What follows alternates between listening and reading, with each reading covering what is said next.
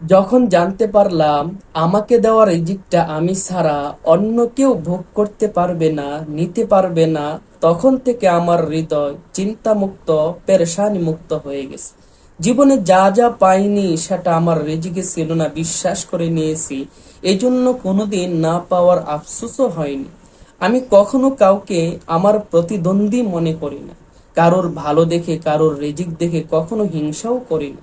কারণ তাকে দেওয়া রিজিকটা কখনো আমার ছিল না, ঠিক আমাকে দেওয়া রিজিকটাও অন্য কারোর না। আমাকে দেওয়া রিজিকটা যে কোনো উপায়ে, যে কোনো উসিলায় আমার কাছে আসবেই। কারণ রিজিকের ফায়সালা হয় আসমানে, দুনিয়াতে না। আর আসমানি ফায়সালা বাধা দেওয়ার মতো শক্তি পৃথিবীর কারোর নেই।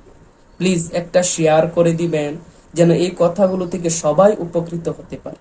এরকম ইসলামিক ভিডিও পেতে দয়া করে চ্যানেলটি একটু সাবস্ক্রাইব করে যাবেন।